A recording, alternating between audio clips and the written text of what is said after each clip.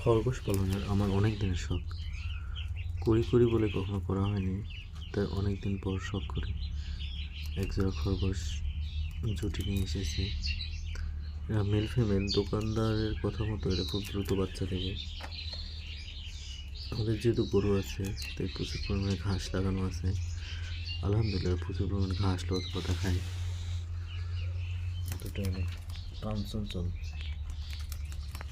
তার সাথে কিছু হাঁসের বাচ্চা নিয়ে এসেছি।